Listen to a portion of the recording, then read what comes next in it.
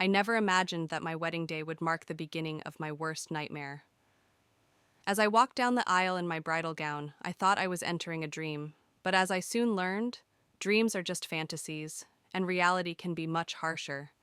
Ethan, my husband, was always the picture of charm. His smile could brighten any room, and his words made you feel like you were his entire world. But as I stood at the altar, I couldn't ignore the cold stares from his mother, Vivian, and his sister, Leia. They sat in the front row, whispering amongst themselves, their eyes full of judgment. My stomach churned, but I dismissed it, convincing myself I was overreacting. The reception was extravagant, thanks to Vivian. She reveled in showing off her wealth and influence. As I mingled with the guests, I couldn't help but notice Vivian's friends sizing me up.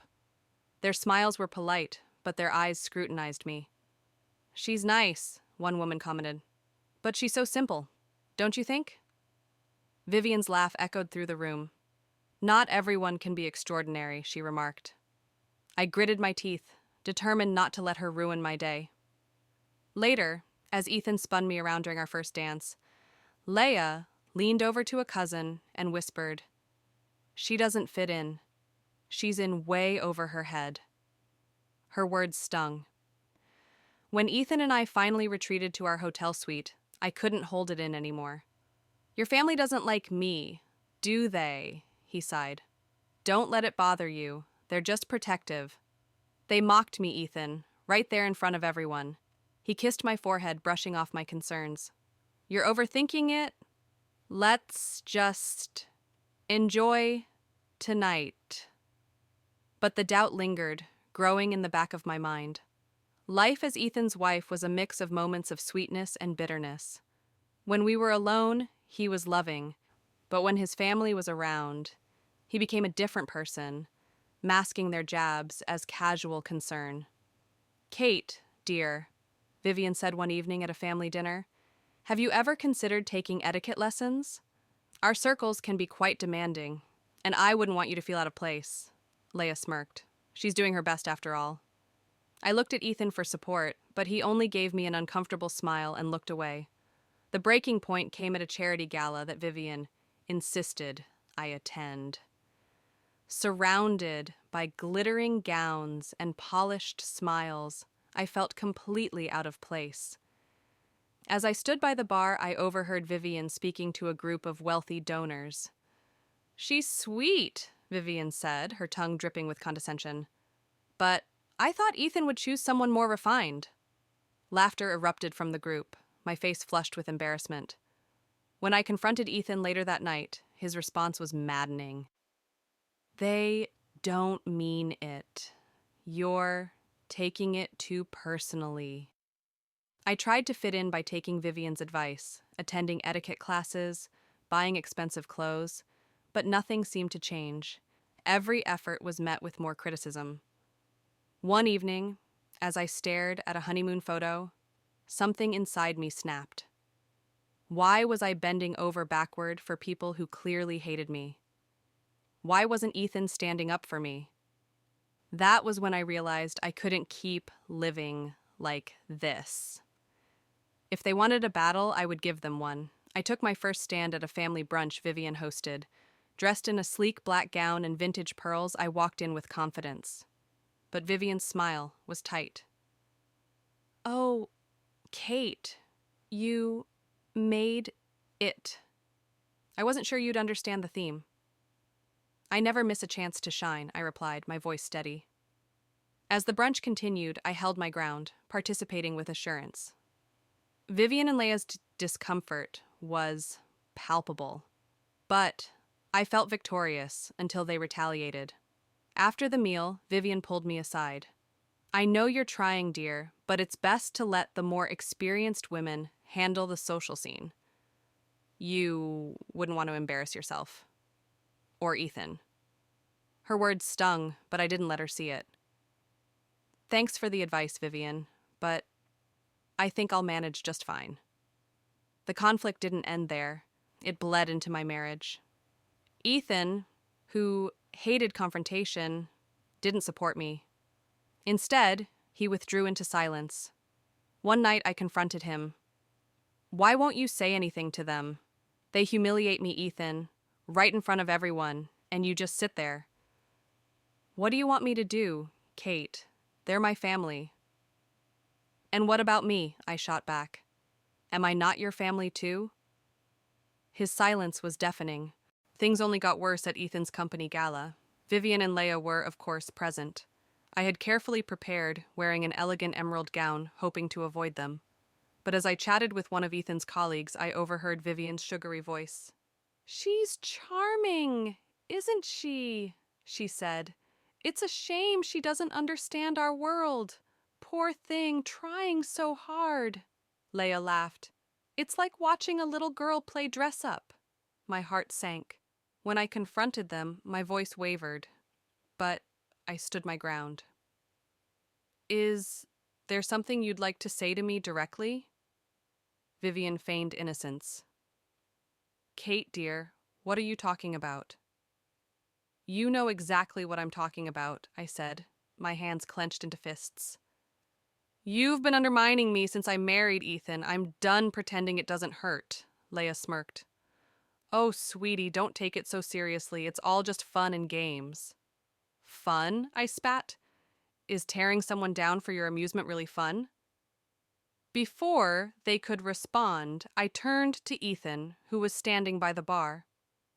"And you," I said, my voice breaking, "are you just going to stand there and let this happen?" He stared at me helplessly as I stormed out, ignoring his weak attempts to stop me. The weeks that followed were a blur of arguments and silence. Ethan apologized, but his words felt empty. The rift between us deepened. One evening, I came across an article titled, "Family Feud at Elite Gala. Daughter-in-law causes stir." My heart sank as I saw anonymous quotes describing me as emotional and out of place. It didn't take much to figure out who had leaked it. Furious, I confronted Ethan. "Your family crossed a line," I said, showing him the article. "Do you know how humiliating this is?" He sighed. "You shouldn't have confronted them. You know how they are." I stared at him, incredulous. "So, you're blaming me?" "I'll talk to them," he muttered weakly. I knew he wouldn't. For the first time, I wondered if I had made a mistake marrying him. Then, unexpectedly, Ethan's younger brother Adam reached out to me. Unlike the rest of the family, Adam had always been kind. He didn't partake in the drama that Vivian and Leia thrived on. And for the first time, I felt like someone in the family might actually be on my side. One afternoon, out of the blue, Adam reached out. "I heard about the gala," he said gently. "I just wanted to say I'm sorry for how they treated you. It wasn't right." His words hit me harder than I expected. "Thank you, Adam. That means more than you realize." "You don't deserve this, Kate. You're not alone. If there's anything I can do, just let me know." For the first time in weeks, I felt a flicker of hope. Maybe I wasn't as isolated as I thought. Over the next few weeks, Adam's support remained a steady presence in my life. I'd been so fixated on Vivian and Leia's cruelty, as well as Ethan's indifference, that I hadn't considered the possibility of having allies, perhaps even within their own family. That small spark of hope kept me going, even though I wasn't sure where it would lead. The unexpected conversation came when Adam invited me for coffee. Hesitant but grateful for the offer, I met him at a quaint cafe far from our usual high society venue. "I don't understand," I began after the usual pleasantries. "Why are you helping me?" "You're Vivian's son, too." Adam stirred his coffee, his gaze steady. "You're right, but I've had enough of watching her treat people like pawns. You're not the first she's torn down, but you're the first to stand up for yourself." His words stung and soothed me all at once. It doesn't always feel like I'm fighting back. Most days it feels like I'm just trying to stay afloat. "That's because you're doing it alone," he said simply. "You shouldn't have to." Adam's unwavering support sparked something within me. Together, we began planning, not for revenge, but for asserting our stoics and demanding respect. You can't play by their rules, Adam advised. They'll always have the upper hand, but you can change the game. How? I asked, intrigued yet uncertain. By showing them you're not relying on their approval. Create your own network, your own reputation. It wasn't easy, but the more I thought about it, the more it made sense. I had spent so long trying to fit into their world that I had lost sight of my own strengths. It was time to reclaim them. I started with what I knew, graphic design, a career I had set aside after marrying Ethan. But now I was freelancing again, landing some small clients. Vivian and Leia quickly took notice, and of course, mocked me. "Oh, how quaint," Leia sneered at a dinner party. "A little hobby to keep you occupied?" I smiled, refusing to let their jabs affect me. "Actually, it's a full-time profession, and it's going really well." Thank you, their insults no longer stung. I was starting to see them for what they were. Insecure women who thrived on diminishing others. The real turning point came at one of Vivian's charity events, which Adam had encouraged me to attend. It wasn't about proving anything to them, it was about proving something to myself. The night played out predictably, Vivian and Leia indulging in their usual passive-aggressive behavior. Then, Vivian, with her signature theatrics, announced a large family donation. She turned to me with a syrupy smile. "Kate, dear, would you like to say a few words on behalf of Ethan and yourself?" It was a trap. If I declined, I'd look ungrateful. If I accepted, I'd fall into her spotlight. But this time, I was ready. I took the microphone, my heart racing but my voice unwavering. "Thank you, Vivian, for your generous donation," I said. "It's truly inspiring to see such support for a cause close to my heart." I paused, locking eyes with her. "In fact, Ethan and I have also made a contribution, one that reflects our values. Because, at the end of the day, what matters is not just the size of the donation, but the sincerity behind it." The room applauded politely, but Vivian's expression was priceless. For the first time, I had outmaneuvered her on her own turf. Later that evening, Ethan pulled me aside. "Where did that come from?" he asked, sounding genuinely curious. "What do you mean?" I feigned innocence. "You were so composed, confident.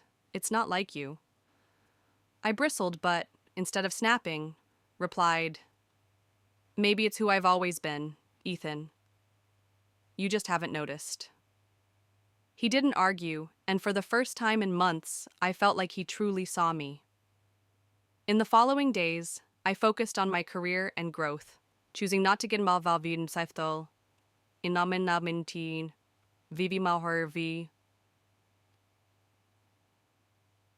Side and Leia's drama. Adam remained a constant source of support, offering encouragement when needed.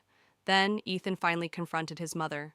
"I've been thinking about what you said at the event," he told me one evening. "You're right. I've let them control too much. That stops now." The relief that washed over me was immense. For the first time, it felt like we were on the same team. Vivian and Leia didn't change overnight, but slowly, they began to sense their control slipping. I stopped engaging with their manipulations, and Ethan began to defend me, even in small ways. It wasn't perfect, but it was progress. And for the first time in a long time, I felt hopeful. Vivian, of course, wasn't about to back down. She organized an extravagant gala to celebrate Ethan's business success, but it was clear it was more about asserting her dominance.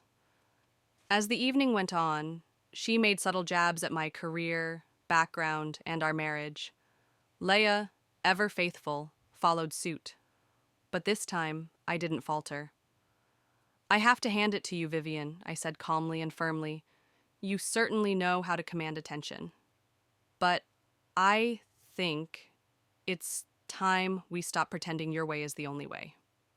The room went silent. Vivian's smile faltered before she regained composure, her voice tight. I only want what's best for my son. I see, I replied. And so do I. But what's best for him, and for us, is to build our life on our terms, not yours. To my surprise, Ethan stepped forward, placing his hand on my shoulder. Kate's right, he said. It's time I stop letting you dictate how we live our lives. I love you, Mom, but we need space to build our future. Vivian looked as though she had been struck. For years, she had controlled everything without question. But now, her son was drawing a line. The dynamic shifted in that moment, and everyone in the room could feel it. The changes didn't happen overnight, but they were real. Vivian and Leia remained formidable, but their hold on us weakened. Ethan and I stood firm, presenting a united front. My career flourished as I took on larger projects, and Ethan, inspired by my independence, began carving his own path. Our relationship grew stronger as we learned to communicate better and support each other during tough times. Adam remained a trusted confidant, offering wisdom when needed. He even helped bridge the gap between us and Vivian, softening her edges. She'll never admit it, Adam said one day, but she respects you. You stood up to her in a way no one else ever has. It wasn't the victory I had once imagined. No dramatic apologies or sudden transformations. But I had learned that true strength didn't come from forcing others to change. Came from staying true to myself. One afternoon, as I worked on a new design project in our renovated home office, I paused to take it all in. The sunlight streaming through the windows, Ethan's laughter in the next room, and the quiet peace of knowing I was exactly where I was meant to be.